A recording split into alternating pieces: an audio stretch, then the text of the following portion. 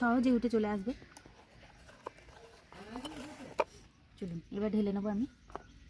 এই দেখুন বন্ধুরা কতটা সুন্দর হয়েছে, দেখুন খুব সুন্দর হয়েছে, আর খেতেও কিন্তু সেই রকম সুন্দর হয়। এটা আপনারা আলু দিয়েও রান্না করতে পারেন, পিস পিস করে কেটে নিয়েও রান্না করতে পারেন, খুব সুন্দর লাগে।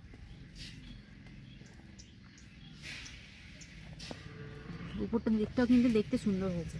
এরপর আমি এগুলোকে রান্না করে নেবো তেলে ভেজে। নমস্কার বন্ধুরা, কুকিং বাই অঙ্কিতা চ্যানেলে আপনাদের সকলকে জানাই স্বাগত। তো আজকে আমি যে রেসিপিটা করব সেটা হলো ডিম মসুরি ভাপা করব। আর এখানে টমেটো গাছ আছে, এই দেখুন টমেটো ধরে আছে, পেকেও আছে। এই টমেটো কিছু তুলে নেবো। আর বাড়ি থেকে পেঁয়াজ কাঁচা নিয়ে এসেছি, কাঁচা লঙ্কাও তুলবো। আর এখানে কাঁচা লঙ্কা আছে, লঙ্কাও তুলবো। লঙ্কাগুলো পেকেও গিয়েছে দু একটা, সাইজগুলো ছোট, কিন্তু লঙ্কাটা খুব ঝাল। বেশি তুলবো না, 5টা তুললাম, এতে রান্না হয়ে যাবে। তো চলুন তাহলে রান্নাঘরে। তো চলে এলাম রান্নাঘরে। তো আপনারা কিন্তু শুরু থেকে শেষ পর্যন্ত দেখবেন আমার রান্নাটা। রান্নার এবার সব রেডি করে নেব। এখানে মুসুর ডাল ভিজিয়ে নিয়েছি দেখুন, আর এখানে ডিম নিয়েছি 4টে, পেঁয়াজ আর টমেটো কাঁচা লঙ্কা বাগানে এসে তুলে নিলাম। তো পেঁয়াজ আর কাঁচা লঙ্কা টমেটো এগুলো সব কেটে নিচ্ছি, তারপরে মুসুর ডালটা বাড়বো।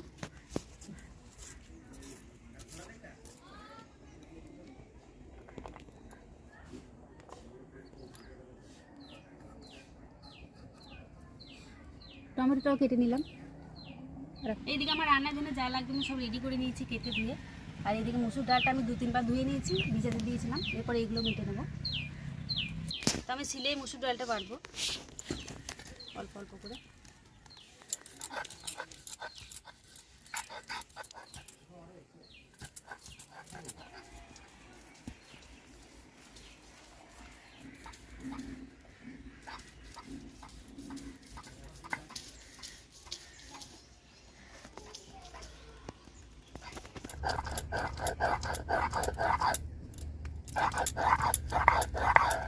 তো হয়ে গেল আমার মুসুর ডাল বাটা, তুলে নেব।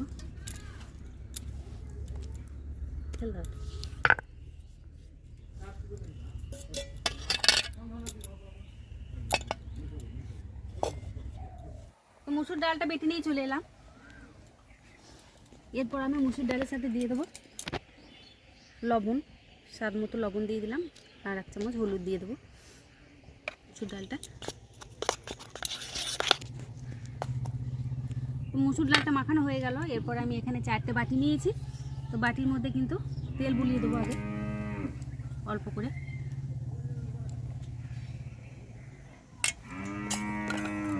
সাইডেও বুলিয়ে দিতে হবে আর মাঝখানেও দিতে হবে, এরকমভাবে প্রত্যেকটা বাটি কিন্তু বুলিয়ে নেব।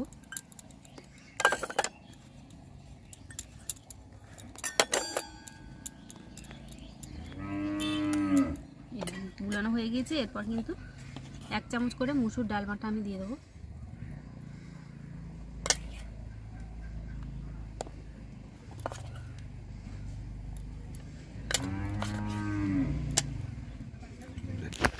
তো আমি মাঝখানে একটু করে কিন্তু গর্ত করে দেবো, এটাতেও দেবো একইভাবে।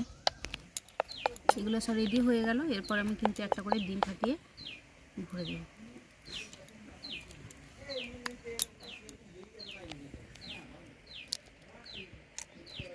কুসুমটা ভেঙে না যায়, আস্তে করে দিতে হবে। এই দেখুন মাঝখানে ঢুকে গেল কুসুমটা। এইরকমভাবে প্রত্যেকটাতেই দেবো আমি, প্রত্যেক বাটিটাই ভরে দেবো, আস্তে করে দেবো।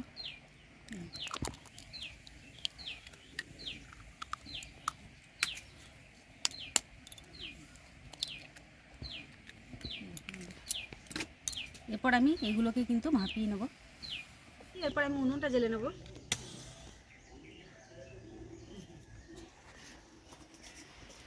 উনুনটা জ্বলে গিয়েছে। এরপর আমি কড়াইটা চাপিয়ে দিলাম।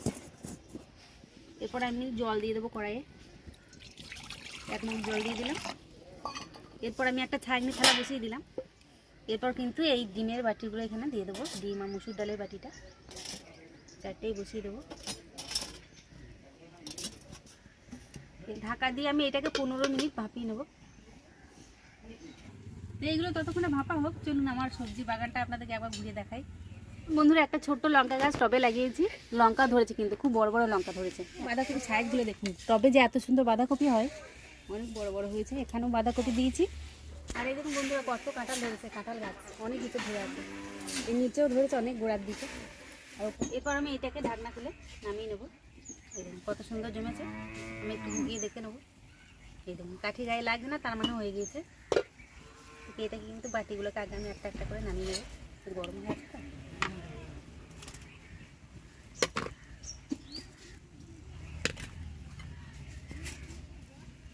ঠান্ডা হলে তারপরে এটাকে ছাড়িয়ে নেবো। এইগুলো কিন্তু ঠান্ডা হয়ে গিয়েছে, এরপর আমি ছাড়িয়ে নেবো এগুলোকে।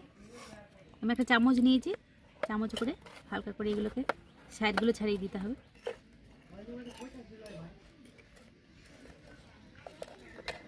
ঠান্ডা হয়ে যাওয়ার পরে সাইডগুলো দেখছেন আপনা আপনি ছেড়ে গিয়েছে, খুব সহজে উঠে চলে আসবে। চলুন এবার ঢেলে নেবো আমি। এই দেখুন বন্ধুরা কতটা সুন্দর হয়েছে, দেখুন খুব সুন্দর হয়েছে, আর খেতেও কিন্তু সেই রকম সুন্দর হয়। এটা আপনারা আলু দিয়েও রান্না করতে পারেন, পিস পিস করে কেটে নিয়েও রান্না করতে পারেন, খুব সুন্দর লাগে।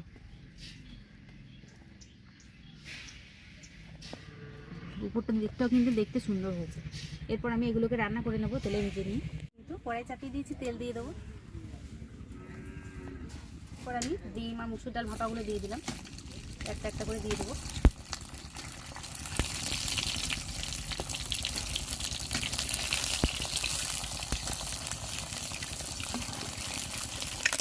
একটু ভেজে নিয়েছি, এরপর এগুলোকে উল্টে দিচ্ছি এরকমভাবেই।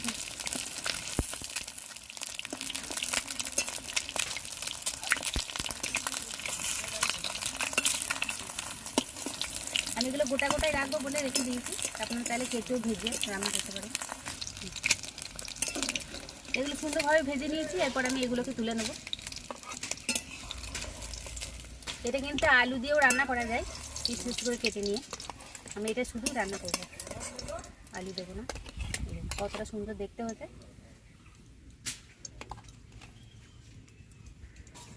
ওই তেলের উপরে দিয়ে দিলাম শুকনো লঙ্কা, তেজপাতা আর 5 ফোড়ন। লঙ্কা দিয়ে দিলাম আর পেঁয়াজ কুচি দিয়ে দিলাম।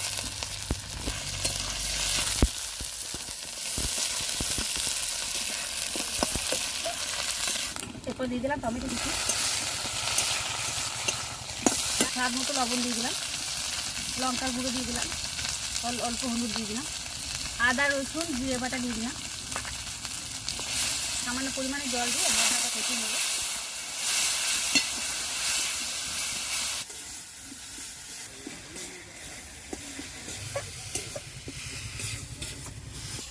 মশলাটা কষানো হয়ে গেছে, এরপর আমি কিন্তু জল দিয়ে দিলাম।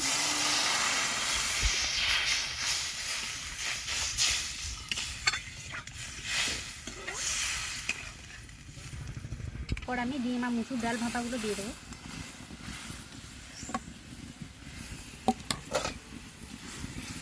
তারপরে আমি এটাকে ঢাকা দিয়ে কিছুক্ষণ রান্না করে নেব। বন্ধুরা রান্নাটা হয়ে যাবে, এরপর আমি রান্নাটাকে নামিয়ে নেব। কতটা সুন্দর হয়েছে। আমি খুব বেশি ঝোলটা মারবো না, অল্প মারবো, তাই কিন্তু রান্নাটাকে নামিয়ে নেব।